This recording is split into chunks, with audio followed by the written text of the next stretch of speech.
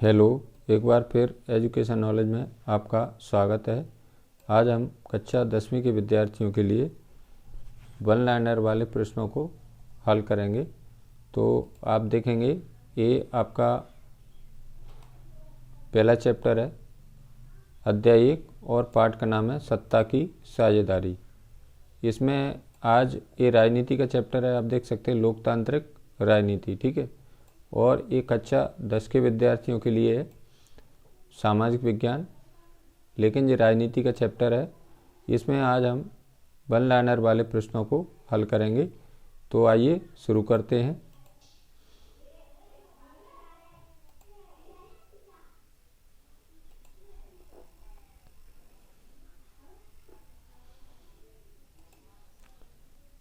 इसमें अध्याय 1 है आपकी, और पाठ का नाम है सत्ता की साझेदारी, है ना। इसमें पहला प्रश्न है आपका, बेल्जियम यूरोप का एक छोटा सा देश है। यानी बेल्जियम किस महाद्वीप में स्थित है? यूरोप महाद्वीप में स्थित है, और एक छोटा सा देश है, ठीक है। अगला क्वेश्चन है, श्रीलंका निवासी अधिकतर बौद्धों की भाषा सिंगली भाषा है। यानी जो श्रीलंका में निवास करते हैं अधिकतर बौद्ध धर्म को मानने वाले लोग, वो कौन सी भाषा बोलते हैं? सिंगली भाषा बोलते हैं। लगभग 74% आबादी सिंगली लोग यहाँ पर रहते हैं। अगला क्वेश्चन है, सन 1956 में श्रीलंका की राजभाषा सिंगली घोषित की गई, है ना। 1956 में आप देखेंगे सिंगली को राजभाषा घोषित किया गया था। अगला क्वेश्चन है, बहुत इंपॉर्टेंट है, बेल्जियम राज्य की सीमाएं फ्रांस, नीदरलैंड, जर्मनी और लग्जमबर्ग राज्य से लगी हुई हैं। यानी फ्रांस की बेल्जियम की सीमाएं कौन कौन से देशों से लग रही हैं?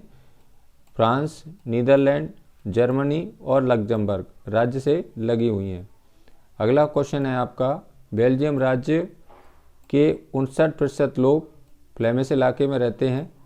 यानी कि जो बेल्जियम राज्य है उसके जो 59% लोग हैं वो कौन से इलाके में रहते हैं? फ्लेमिश इलाके में रहते हैं।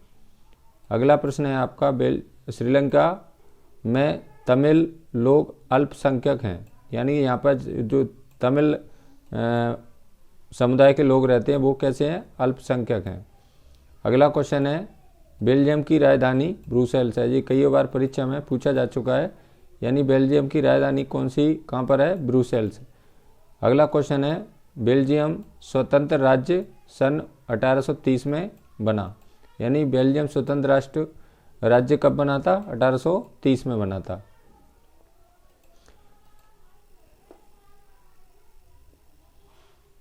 इसके बाद में नेक्स्ट क्वेश्चन है आपका, बेल्जियम स्वतंत्र राज्य सन कब बना था? 1830 में बना था। अगला क्वेश्चन है, श्रीलंका स्वतंत्र राष्ट्र 1948 में बना। यानी श्रीलंका स्वतंत्र राष्ट्र कब बना था? 1948 में। और बेल्जियम स्वतंत्र राष्ट्र राज्य कब बना था? 1830 में, ठीक है। अगला क्वेश्चन है, बेल्जियम में सामुदायिक सरकार का चुनाव एक ही भाषा जैसे डच, जर्मन बोलने वाले लोग करते हैं, है ना। बेल्जियम में एक सामुदायिक सरकार है जिसका चुनाव कौन करते हैं? एक ही भाषा बोलने वाले लोग करते हैं, या तो डच या जर्मन बोलने वाले लोग करते हैं। इसके बाद नेक्स्ट क्वेश्चन है, शासन के विभिन्न अंग जैसे विधायिका, कार्यपालिका और न्यायपालिका के बीच सत्ता का बंटवारा किया जाता है ना, जिसे सत्ता का क्षैतिज वितरण कहते हैं। यानी कि कार्यपालिका, विधायिका क्या करती है? कानून का निर्माण करती है। और कार्यपालिका क्या करती है? विधायिका द्वारा जो कानून बनाए जाते हैं उनका पालन करवाती है। और न्यायपालिका क्या करती है? न्याय करती है ना। तो शासन के विभिन्न अंग जैसे विधायिका, कार्यपालिका और न्यायपालिका के बीच सत्ता का बंटवारा किया जाता है, जिसे सत्ता का क्षैतिज वितरण कहते हैं। इसके बाद नेक्स्ट क्वेश्चन है, श्रीलंका में सिंगली आबादी का बहुमत था। यानी सिंगली बोलने वाले लोग ज़्यादा यहाँ पर निवास करते हैं, यानी 74%। इसके बाद नेक्स्ट है आपका, श्रीलंका में विश्वविद्यालयों एवं सरकारी नौकरियों में सिंगलियों को प्राथमिकता दी गई थी। नेक्स्ट क्वेश्चन है आपका, श्रीलंका में संविधान में श्रीलंका के संविधान में यह प्रावधान किया गया कि सरकार बौद्ध मत को संरक्षण और बढ़ावा देगी, है ना। नेक्स्ट क्वेश्चन है, श्रीलंका दो समुदायों तमिल और सिंगली में बटा हुआ है, यानी कि यहाँ पर मुख्य रूप से दो समुदाय रहते हैं, सिंगली और तमिल, ठीक है। नेक्स्ट है आपका, श्रीलंका में तमिलों ने तमिल को राजभाषा बनाने, क्षेत्रीय स्वायत्तता हासिल करने तथा शिक्षा एवं रोजगार के समान अवसरों की मांग के लिए संघर्ष किया। किसने? तमिलों ने, है ना। तमिलों, देखिए दोबारा देखते हैं इसको। श्रीलंका में तमिलों ने तमिल को राजभाषा बनाने, क्षेत्रीय स्वायत्तता हासिल करने तथा शिक्षा एवं रोजगार के समान अवसर की मांग करने के लिए संघर्ष किया। इसके बाद नेक्स्ट लेते हैं अगला क्वेश्चन। देखिए अगला प्रश्न बहुत इंपॉर्टेंट क्वेश्चन है। यूरोपीय संघ का मुख्यालय ब्रुसेल्स में है, यानी ये कई बार परीक्षा में पूछा जा चुका है। यूरोपीय संघ का मुख्यालय कहाँ पर है? ब्रुसेल्स, ठीक है। नेक्स्ट क्वेश्चन है, बेल्जियम में संघात्मक शासन व्यवस्था है, यानी बेल्जियम में संघात्मक शासन व्यवस्था है। नेक्स्ट क्वेश्चन है, औपनिवेशिक शासनकाल में बागानों में काम करने वाले भारत में लाए गए लोग थे, यानी कि औपनिवेशिक काल में, औपनिवेशिक काल क्या होता है? जब देश गुलाम होता है तो उसको औपनिवेशिक काल कहते हैं, ठीक है। औपनिवेशिक शासनकाल में बागानों में काम करने वाले भारत से लाए गए लोग थे, है ना। अगला क्वेश्चन है, श्रीलंका में तमिल मुख्य रूप से उत्तर और पूर्वी प्रांतों में रहते हैं, यानी कि श्रीलंका में तमिल मुख्य रूप से उत्तर और पूर्व प्रांतों में, प्रांत माने क्या होते हैं? राज्य में रहते हैं, ठीक है। अगला क्वेश्चन है, बेल्जियम में डचवासी लोग बड़ी संख्या में रहते हैं, यानी बेल्जियम में डच भाषा बोलने वाले लोग सबसे ज़्यादा उनकी आबादी है। नेक्स्ट है आपका, श्रीलंका में बौद्ध धर्मावलंबी, श्रीलंका में बौद्ध धर्मावलंबी सिंगलियों का नेतृत्व करते थे, ठीक है। इसके बाद नेक्स्ट है आपका,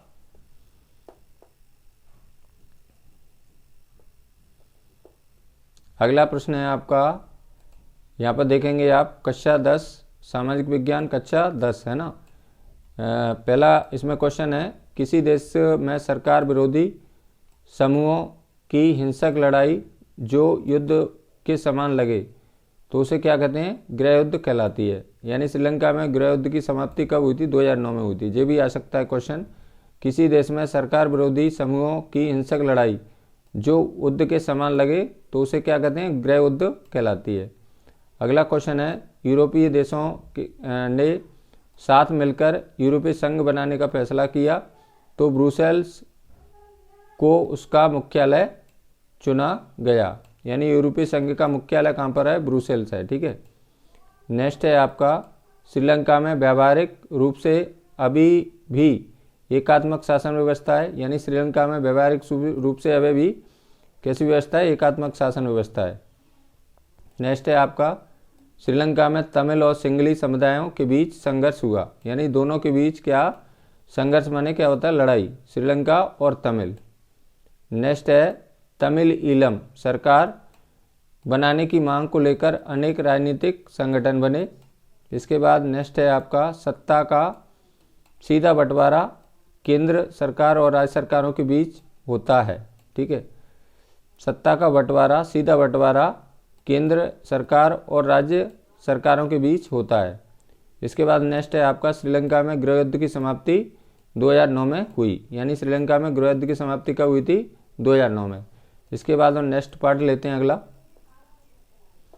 ये वन लाइनर वाले क्वेश्चन आपकी परीक्षा की दृष्टि से अत्यंत महत्वपूर्ण है, तो आपको सभी इस वीडियो को पूरी देख लेना है।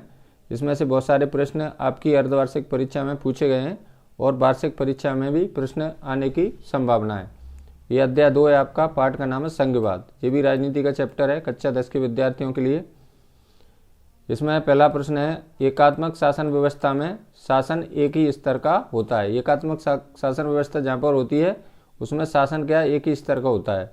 अगला क्वेश्चन है, सत्ता की साझेदारी लोकतंत्र की आत्मा है, यानी सत्ता की साझेदारी को क्या कहा जाता है? लोकतंत्र की आत्मा कहा जाता है। भारतीय संघ का गठन संघीय शासन व्यवस्था के सिद्धांत पर हुआ है। इसमें देखिए यहाँ पर थोड़ी सी गलती हुई है, ये क्या है, शासन है ना, शासन व्यवस्था के सिद्धांत पर हुआ है। अगला क्वेश्चन है, भारत में 2 स्तरीय शासन व्यवस्था है, केंद्र सरकार और राज्य सरकार। यानी कि भारत में केंद्रीय सरकार भी है और राज्य सरकार भी है, एक ये इसके अलावा एक स्थानीय सरकार भी है, स्थानीय प्रशासन है ना।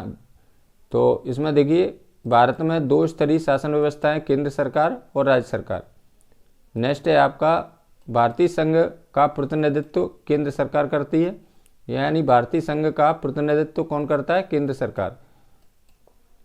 नेक्स्ट क्वेश्चन है, संघवाद में संविधान के द्वारा विभिन्न शक्तियों का बंटवारा होता है। नेक्स्ट है आपका,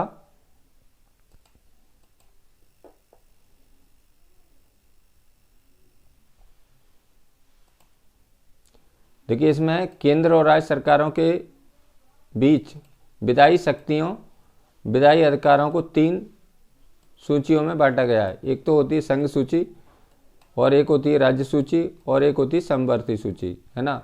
केंद्र और राज्य सरकारों के बीच विधायी शक्ति अधिकारों को 3 सूचियों में बांटा गया है। एक तो संघ सूची, एक राज्य सूची, और तीसरी है समवर्ती सूची।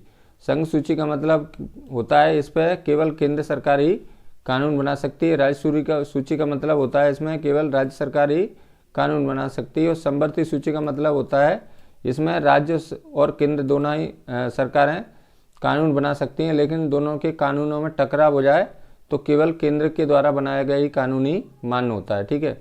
इसके बाद नेक्स्ट है, प्रतिरक्षा, विदेशी मामले, बैंकिंग, संचार और मुद्रा संघ सूची के अंतर्गत आते हैं। ये किसके विषय हैं, संघ सूची के विषय हैं, ठीक है।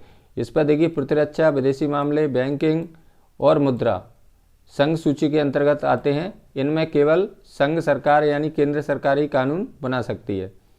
नेक्स्ट है आपका, व्यापार, कृषि और सिंचाई, पुलिस, प्रांत माने क्या होता है, राज्य, और स्थानीय महत्व के विषय राज्य सूची के अंतर्गत आते हैं। आप देख सकते हैं व्यापार, कृषि, और इसमें वाणिज्य भी छूट गया है। व्यापार, कृषि, सिंचाई, प्रांतीय, पुलिस प्रांतीय और स्थानीय महत्व के विषय हैं। तो इनमें केवल आप देख सकते हैं राज्य सरकार ही कानून बना सकती है। अब तीसरा है शिक्षा, वन, मजदूर संघ, गोद जैसे विषयों को समवर्ती सूची में शामिल किया गया है। इसमें देखिए, इसमें समवर्ती सूची का मतलब होता है इसमें केंद्र और राज्य सरकार दोनों ही कानून बना सकती है, लेकिन दोनों के कानूनों में टकराव हो जाए तो केंद्र सरकार के द्वारा बनाया गया ही कानून ही मान्य होता है, ठीक है। इसके बाद में नेक्स्ट है आपका, संघवाद 2 या 2 से अधिक स्तरों में बटा हुआ है, यानी संघवाद 2 या तो 2 स्तर होते हैं सरकार के, या 2 से अधिक स्तरों में भी बटा हुआ है ना। अगला क्वेश्चन है, भारत में 73वां संविधान संशोधन के द्वारा पंचायती राज व्यवस्था लागू की गई थी, यानी कि 73वां संविधान संशोधन के द्वारा पंचायती राज व्यवस्था लागू की गई थी 1992 में, ठीक है।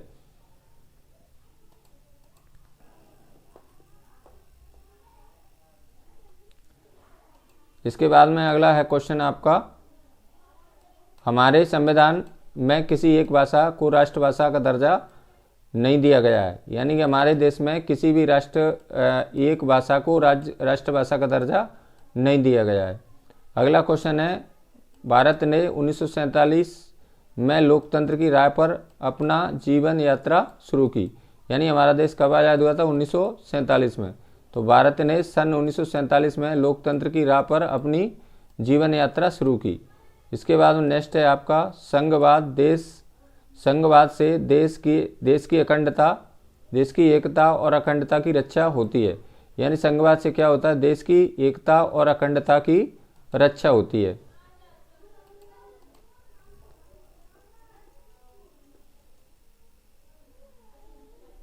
अगला प्रश्न है आपका, देखिए विशेष शक्तियों का लाभ कौन कौन से राज्य लेते हैं, विशेष शक्तियों का राज्य लाभ लेते हैं असम, नागालैंड, अरुणाचल प्रदेश और मिजोरम को प्राप्त है, यानी विशेष शक्तियों का लाभ कौन कौन से राज्यों को प्राप्त है, असम, नागालैंड, अरुणाचल प्रदेश और मिजोरम, जो हमारे पूर्व के राज्य हैं इन राज्यों को विशेष शक्तियों का लाभ लेने का प्राप्त है। ठीक है, इसके बाद में जो अगला क्वेश्चन है, जो बहुत इंपॉर्टेंट क्वेश्चन है, जो अभी परीक्षा में पूछा गया था, अर्धवार्षिक परीक्षा में, संविधान में हिंदी के अलावा 21 भाषाओं को अनुसूचित भाषाओं का दर्जा दिया गया है। यानी कि आप देखेंगे संविधान में हिंदी के अलावा 21 भाषाओं को अनुसूचित भाषा का दर्जा दिया गया है। यानी कुल भाषाएं कितनी है? 22 भाषाएं।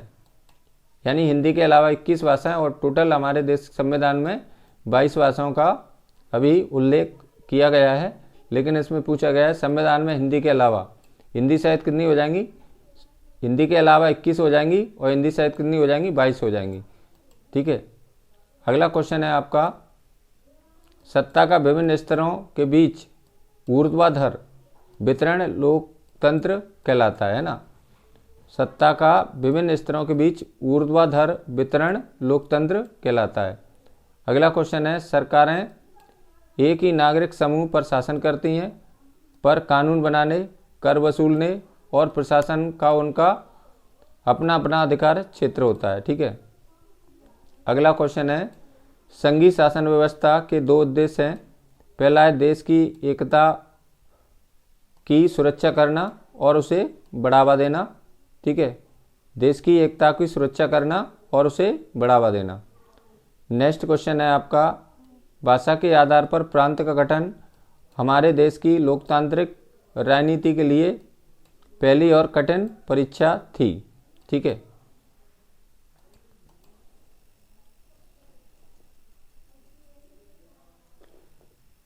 इसके बाद में आप देखेंगे इसमें बहुत इंपोर्टेंट क्वेश्चन है जो वाले। तो इसमें अगला प्रश्न है, राज्य पुनर्गठन आयोग की रिपोर्ट को सन 1956 में लागू किया गया है ना। राज्य पुनर्गठन आयोग की रिपोर्ट को कब लागू किया था? 1956 में लागू किया गया था। अगला क्वेश्चन है, भारत में हिंदी लगभग 44% लोगों की मातृभाषा है। यानी हमारे देश में भारत में हिंदी लगभग 44% लोगों की मातृभाषा है। अगला क्वेश्चन है, भारतीय संविधान में भारत को राज्यों का संघ घोषित किया गया है। हमारे भारतीय संविधान में भारत को राज्यों का संघ घोषित किया गया है। हमारे वर्तमान में जो राज्य हैं उनकी संख्या 28 है और केंद्र शासित क्षेत्र कितने? 8 हैं। अगला क्वेश्चन है, प्रतिरक्षा और विदेशी मामले संघ सूची में शामिल हैं। जब भी आया था क्वेश्चन। ठीक है, प्रतिरक्षा और विदेशी मामले किस सूची में शामिल है? संघ सूची में शामिल है। अगला क्वेश्चन है, भाषाओं को भारतीय संविधान की 8वीं अनुसूची में रखा गया है। यानी भाषाएं कितनी हमारे संविधान में? 22 भाषाओं को 8वीं अनुसूची में रखा गया है। अगला क्वेश्चन है, संयुक्त राष्ट्र, अमेरिका, स्विट्जरलैंड आदि देशों में संघात्मक शासन व्यवस्था लागू है। यानी कि हमारे जो विश्व के 25 देश हैं, लगभग 25 देशों में संघात्मक शासन व्यवस्था अभी वर्तमान में लागू है। अगला क्वेश्चन है, भारत में शासन का तीसरा स्तर पंचायती एवं नगरीय विकास है। यानी कि भारत में एक तीसरे स्तर की सरकार है, उसको बोलते हैं स्थानीय प्रशासन। यानी कि ग्राम पंचायत और शहरों में कौन सी करती हैं? नगर पालिका या नगर निगम।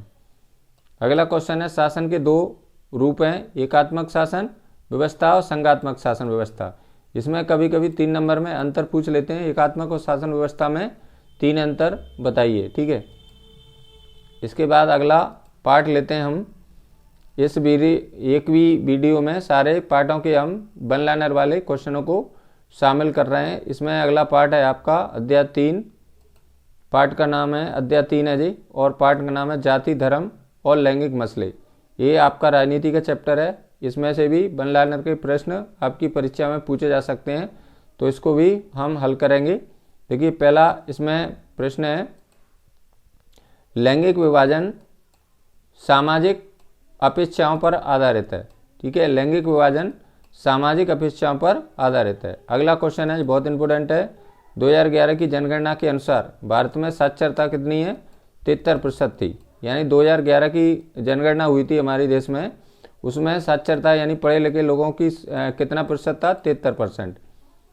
अगला प्रश्न है 2011 की जनगणना के अनुसार भारत में पुरुषों की साक्षरता 76% है। ये अभी पेपर में आया हुआ था, अर्धवार्षिक परीक्षा में पूछा गया था ये प्रश्न।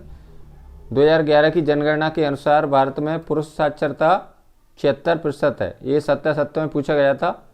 अगला प्रश्न है आपका 2011 की जनगणना के अनुसार लिंग अनुपात 943 है, यानी कि 1000 पुरुषों पर महिलाओं की संख्या कितनी है? 943 है। ये पुरुषों की संख्या दी है बटे में और ऊपर दी है महिलाओं की, यानी कि 2011 की जनगणना के अनुसार हमारे देश का लिंगानुपात कितना है? 943, यानी कि 1000 पुरुषों पर महिलाओं की संख्या कितनी है? 943। अगला क्वेश्चन है 2011 में देश की आबादी में अनुसूचित जनजातियों का हिस्सा कितना है? 8.6% था। 2011 की जो जनगणना हुई थी उसमें अनुसूचित जनजातियों का हिस्सा कितना था? 8.6% था। अगला क्वेश्चन है धर्म के आधार पर भेदभाव करने वाले व्यक्ति को धर्मनिरपेक्ष कहते हैं, यानी धर्म के आधार पर भेदभाव करने वाले व्यक्ति को भेदभाव न करने वाले इसमें धर्म के आधार पर भेदभाव न करने वाले व्यक्ति को क्या कहते हैं? धर्मनिरपेक्ष कहते हैं। इसमें देखिए ना लगा हुआ है, इसमें देखिए धर्म के आधार पर भेदभाव न करने वाले व्यक्ति को धर्मनिरपेक्ष कहते हैं। अगला क्वेश्चन है महिलाओं के लिए पंचायती राज में 1/3 स्थान आरक्षित हैं। इनको 73वें संविधान में संशोधन करके 1992 में महिलाओं को पंचायती राज व्यवस्था में 1/3 आरक्षण का प्रावधान किया गया है। जो पद होते हैं उसके, यानी कि चुनाव वाले पद होते हैं, उसमें 1/3 महिलाओं को यानी 33% आरक्षण का प्रावधान किया गया सन 1992 में। कौन से संविधान में संशोधन करके? 73वें संविधान संशोधन करके। अगला क्वेश्चन है भारत की आबादी में अनुसूचित जनजातियां और पिछड़ी जातियों का हिस्सा लगभग 2/3 है ना? कितना? 2/3। भारत की आबादी में अनुसूचित जनजाति और पिछड़ी जातियों का हिस्सा 2/3 है। ठीक है, इसके बाद नेक्स्ट क्वेश्चन लेते हैं अगला।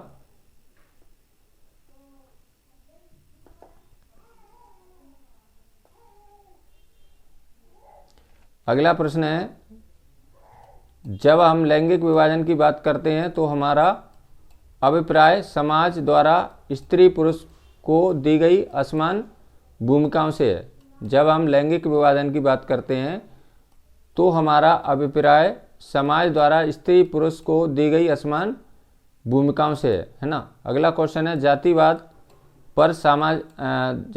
पर आधारित सामाजिक विभाजन सिर्फ भारत में है। ये अभी पिछले साल ये आया था क्वेश्चन, ये कई बार क्वेश्चन पूछा जा चुका है। तो जातिवाद पर आधारित सामाजिक विभाजन सिर्फ केवल भारत में है। ठीक है, अगला क्वेश्चन है भारत में औसतन एक स्त्री एक पुरुष की तुलना में रोज 1 घंटे ज़्यादा काम करती है, यानी कि भारत में औसतन एक स्त्री एक पुरुष की तुलना में 1 घंटे ज़्यादा काम करती है, यानी स्त्री ज़्यादा काम करती है। भारत में औसतन एक स्त्री एक पुरुष की तुलना में रोज 1 घंटे ज़्यादा काम करती है। अगला क्वेश्चन है भारत में राज्यों की विधानसभाओं में महिलाओं का प्रतिनिधित्व 8% से अधिक है, यानी कि जो भारत में राज्यों की विधानसभाओं में महिलाओं का प्रतिनिधित्व 8% से अधिक है। अगला क्वेश्चन है 2011 की जनगणना के अनुसार प्रति 1000 बालकों पर महिलाओं की संख्या कितनी है? बालकों की संख्या 919 थी। ठीक है, अगला क्वेश्चन है निर्वाचन आयुक्त की नियुक्ति राष्ट्रपति द्वारा की जाती है। ये बहुत इंपॉर्टेंट क्वेश्चन है। निर्वाचन आयुक्त की नियुक्ति किसके द्वारा? राष्ट्रपति के द्वारा की जाती है। अगला क्वेश्चन है भारत में मुस्लिम लीग की स्थापना 1906 में हुई थी। अगला क्वेश्चन है हमारे देश में सभी स्त्री पुरुष जिनकी आयु 18 वर्ष है उन्हें वोट देने का अधिकार है, इसे वयस्क मताधिकार कहते हैं। यानी हमारे देश में सभी स्त्री पुरुष जिनकी आयु 18+ होती है, 18 वर्ष से अधिक होती है, उन्हें वोट डालने का अधिकार है, इसे क्या कहते हैं? वयस्क मताधिकार कहलाता है।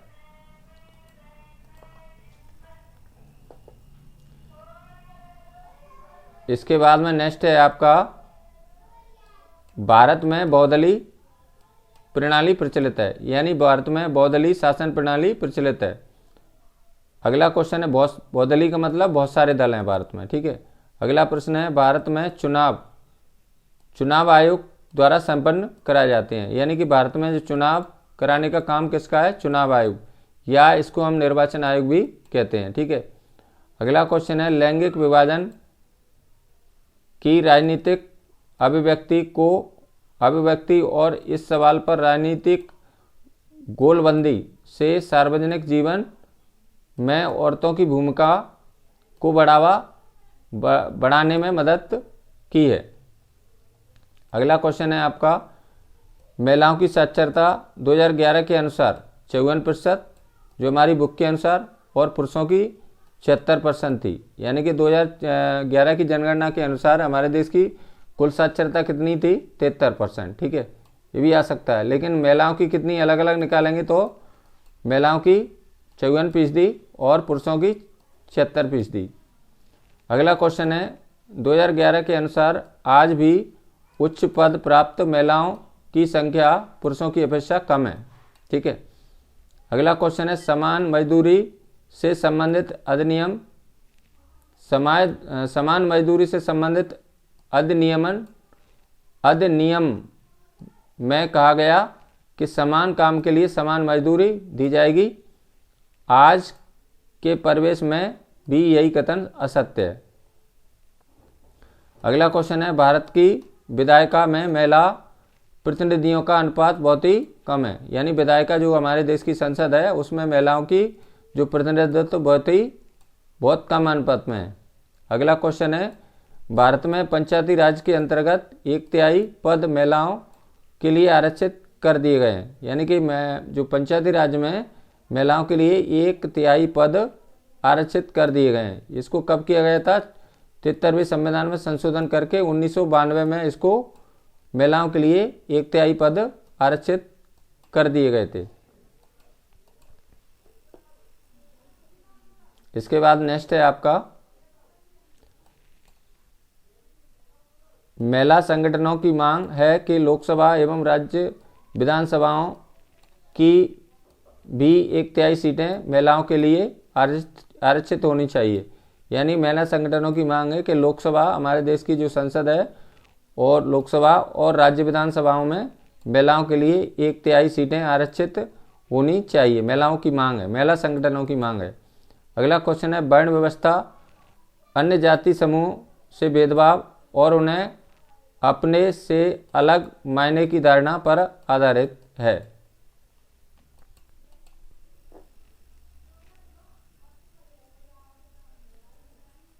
अब आता है हमारा चौथा चैप्टर जी, पार्ट का नाम है राजनीतिक दल, है ना। अध्याय 4 है जी आपकी, और पार्ट का नाम है राजनीतिक दल, है ना। कक्षा 10 के विद्यार्थियों के जो भी राजनीति का चैप्टर है, तो इसके में देख लेते हैं। पहला प्रश्न है इसमें राजनीतिक दलों को मान्यता देने के लिए निर्वाचन आयोग बनाया गया है, यानी राजनीतिक दलों को मान्यता कौन देता है, निर्वाचन आयोग। दूसरे इसमें निर्वाचन आयोग को चुनाव आयोग भी कहा जाता है। अगला क्वेश्चन है भारत में निर्वाचन आयोग का कार्यालय नई दिल्ली में, जी पूछा जा सकता है, यानी कि निर्वाचन आयोग का कार्यालय कहाँ पर है, नई दिल्ली।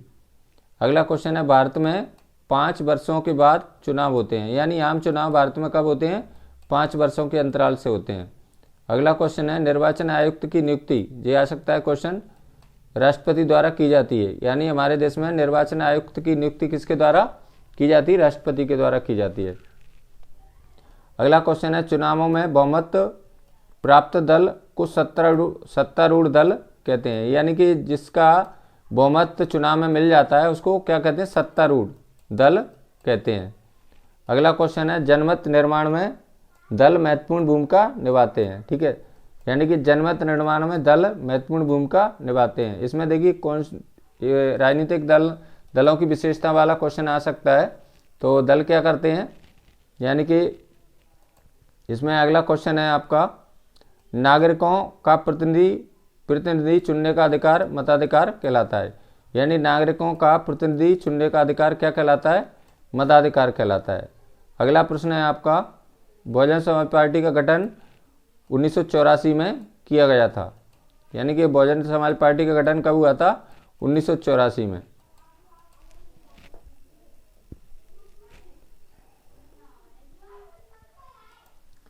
अगला प्रश्न है आपका, बहुत इंपोर्टेंट क्वेश्चन है। कई दल मिलकर जब सरकार बनाते हैं तब वह साझा सरकार या गठबंधन सरकार कहलाती है। जब किसी एक पार्टी को बहुमत न मिलने पर दो या दो से अधिक राजनीतिक दल मिलकर सरकार बनाते हैं तो उसे साझा सरकार या गठबंधन सरकार कहते हैं। अगला क्वेश्चन है, United kingdom. United kingdom England में द्विदलीय व्यवस्था है, ठीक है। यानी इंग्लैंड में द्विदलीय शासन व्यवस्था है, ठीक है। अगला क्वेश्चन है, बहुमत प्राप्त न करने वाले राजनीतिक दल को विपक्ष कहते हैं। यानी कि जिस दल को चुनाव में हार जाते हैं तो बहुमत प्राप्त नहीं कर पाते हैं तो उसको राजनीतिक दल को क्या कहते हैं? विपक्ष कहते हैं, ठीक है। अगला क्वेश्चन है, भारतीय जनसंघ को 1980 में पुनर्जीवित करके भारतीय जनता पार्टी का गठन किया गया था। यानी कि भारतीय जनसंघ को 1980 में पुनर्जीवित करके भारतीय जनता पार्टी का गठन किया गया था। किसमें? 1980 में। अगला क्वेश्चन है, भारतीय राष्ट्रीय कांग्रेस की स्थापना 1885 में की गई। यानी सबसे पुरानी पार्टी है जी भारतीय राष्ट्रीय कांग्रेस। इसकी स्थापना कब हुई थी? 1885 में, 1885 में, सॉरी। इसमें अगला क्वेश्चन है, ऑल इंडिया तृणमूल कांग्रेस 1 जनवरी 1998 को ममता बनर्जी के नेतृत्व में बनी। यानी कि ऑल इंडिया तृणमूल कांग्रेस 1 जनवरी 1998 को ममता बनर्जी के नेतृत्व में बनी। अगला क्वेश्चन है, राजनीतिक दल देश के कानून निर्माण में निर्णायक भूमिका निभाते हैं। राजनीतिक दल क्या करते हैं? चुनाव लड़ते हैं और बहुमत हासिल करने पर सत्ता हासिल करते हैं। और दूसरा, राजनीतिक दल देश के कानून निर्माण में महत्वपूर्ण भूमिका निभाते हैं। अगला क्वेश्चन है आपका, लोकतंत्र में नागरिकों का कोई भी समूह राजनीतिक दल बना सकता है। यानी लोकतंत्र में नागरिकों का कोई भी समूह राजनीतिक दल बना सकता है, ठीक है।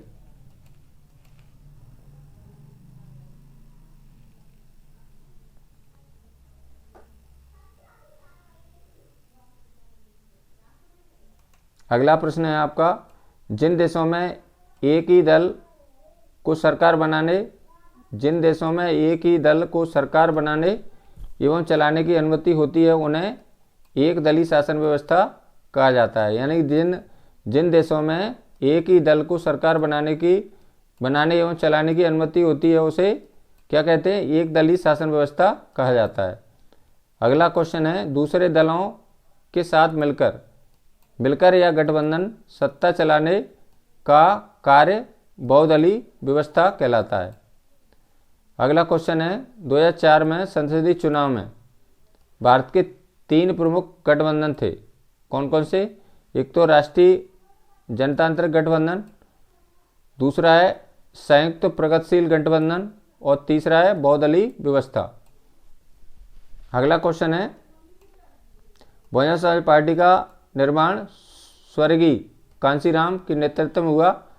यानी बहुजन समाज पार्टी का निर्माण कब हुआ था? स्वर्गीय कांशीराम के नेतृत्व में हुआ था। अगला क्वेश्चन है, कम्युनिस्ट पार्टी ऑफ इंडिया, इसको कहते हैं मार्क्सवादी, की स्थापना 1964 में हुई।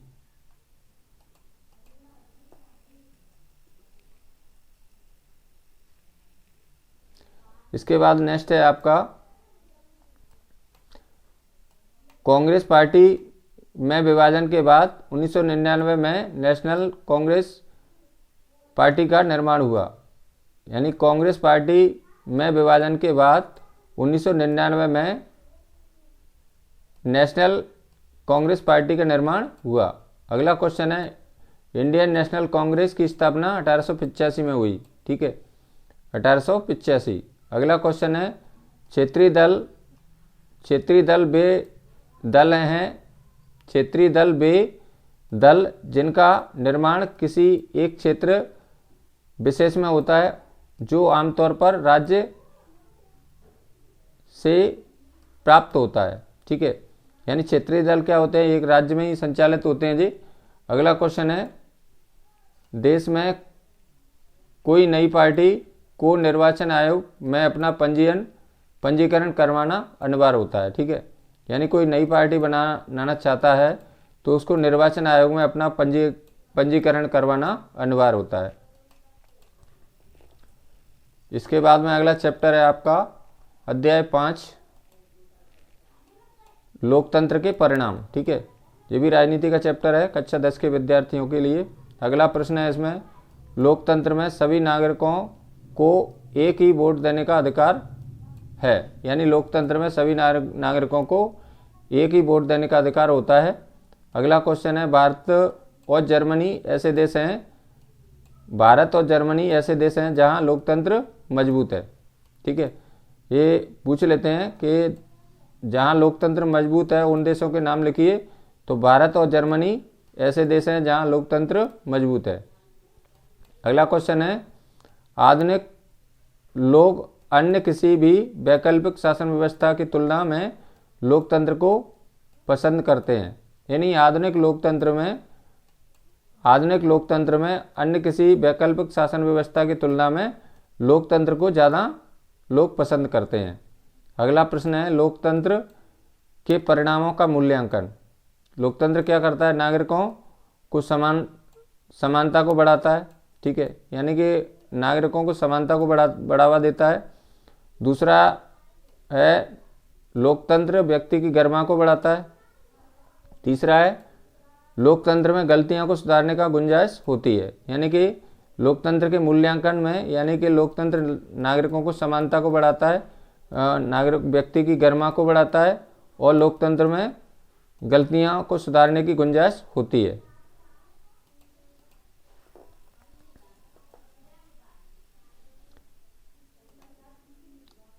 अगला प्रश्न है, आज विश्व में लगभग 200 देशों में लोकतांत्रिक व्यवस्था लागू है, यानी कि आज हमारे जो विश्व में संसार में लगभग 200 देशों में लोकतांत्रिक व्यवस्था लागू है।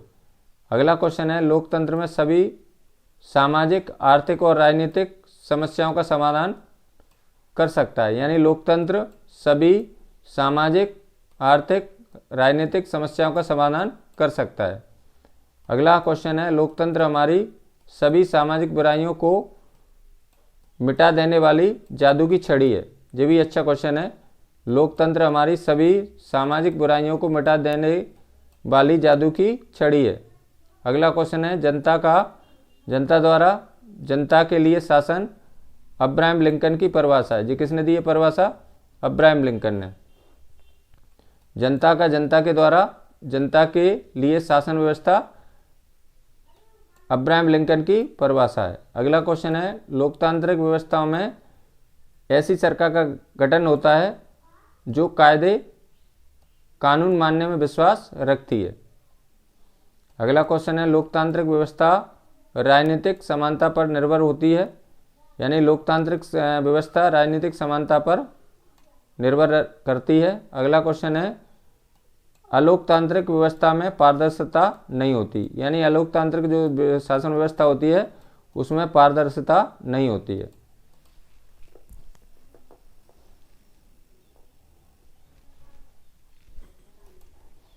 आर्थिक विकास कई कारकों पर निर्भर करता है। किस पर? जनसंख्या का आकार, वैश्विक स्थिति, अन्य देशों से सहयोग, आर्थिक प्राथमिकताएं।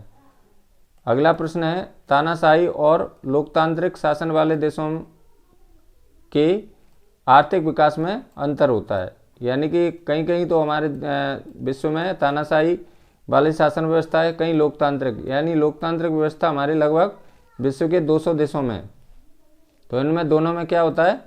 अंतर होता है।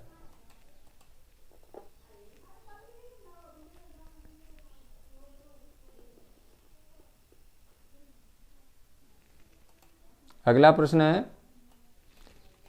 लोकतांत्रिक व्यवस्था राजनीतिक समानता पर आधारित होती है, यानी लोकतांत्रिक व्यवस्था राजनीतिक समानता पर आधारित होती है।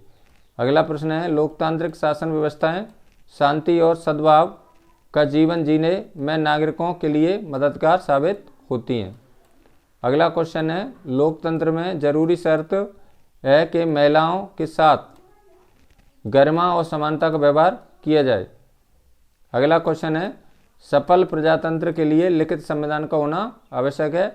यानी कि सफल यानी लोकतांत्रिक देशों के लिए, सफल प्रजातंत्र के लिए लिखित संविधान का होना आवश्यक है। अगला क्वेश्चन है, लोकतंत्र में जनता का हित सर्वोपरि होता है। यानी जनता का हित लोकतंत्र में क्या होता है, सर्वोपरि होता है। अगला क्वेश्चन है, प्रजातंत्र दो प्रकार का होता है, एक तो प्रत्यक्ष प्रजातंत्र और दूसरा होता है अप्रत्यक्ष प्रजातंत्र। अगला क्वेश्चन है, राज्य की सर्वोच्च सत्ता संप्रभुता कहलाती है। अगला क्वेश्चन है, गैर लोकतांत्रिक देशों में मजदूर अपने अधिकार के लिए मांग उठाने में स्वतंत्र हैं। यानी गैर लोकतांत्रिक देशों में मजदूर अपने अधिकारों के लिए मांग उठाने में स्वतंत्र हैं।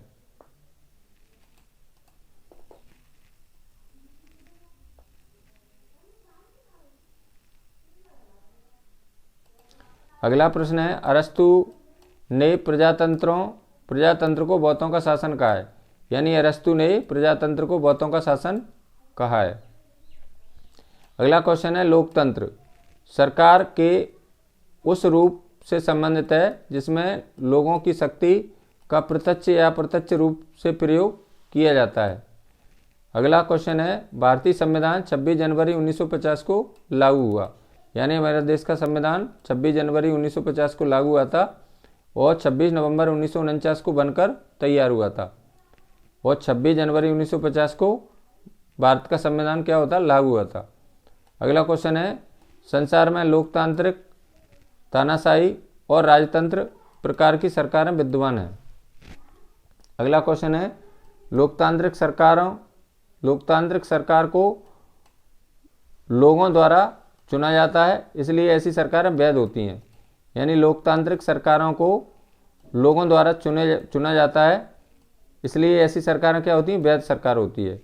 अगला क्वेश्चन है, आर्थिक समृद्धि के मायने में तानाशाही शासन व्यवस्था का रिकॉर्ड अच्छा है। यानी आर्थिक समृद्धि के मायने में तानाशाही जो शासन व्यवस्था होती है उसका रिकॉर्ड अच्छा होता है। अगला क्वेश्चन है, जांच परख और परीक्षा कभी खत्म नहीं होती, यह लोकतांत्रिक की विशेषता है। जांच परख और परीक्षा कभी खत्म नहीं होती, यह लोकतंत्र की क्या होती है, विशेषता होती है। अगला क्वेश्चन है, साम्यवादी शासन व्यवस्था चीन में लागू है। यानी साम्यवादी शासन व्यवस्था कहाँ पर लागू है, चीन में। अगला क्वेश्चन है, मानसिक रूप से विकलांग एवं दिवालिया व्यक्ति को मत देने का अधिकार नहीं है। यानी जो व्यक्ति मानसिक रूप से विकलांग है या दिवालिया है एवं दिवालिया व्यक्ति को मत देने यानी वोट देने का अधिकार नहीं है।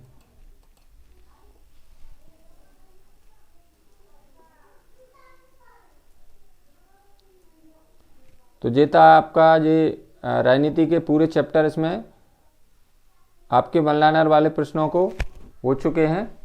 तो ये परीक्षा की दृष्टि से आपके बहुत ही महत्वपूर्ण है। आप सभी छात्रों को इस वीडियो को अच्छे से देख लेना है, और यदि आप इस वीडियो को देख लेते हैं तो आपकी परीक्षा में बहुत ही अच्छे नंबर आने की संभावना है। यदि आपको यह वीडियो अच्छी लगी तो लाइक करें, अपने मित्रों के साथ ज़रूर शेयर करें, और यदि आप मेरे चैनल को पहली बार देख रहे हैं तो प्लीज़ चैनल को सब्सक्राइब ज़रूर करें। और मेरे चैनल पर भूगोल के भी सारे वन लाइनर वाले प्रश्न उपलब्ध हैं, तो मेरे चैनल पर जाकर आप उनको भी देख सकते हो। धन्यवाद।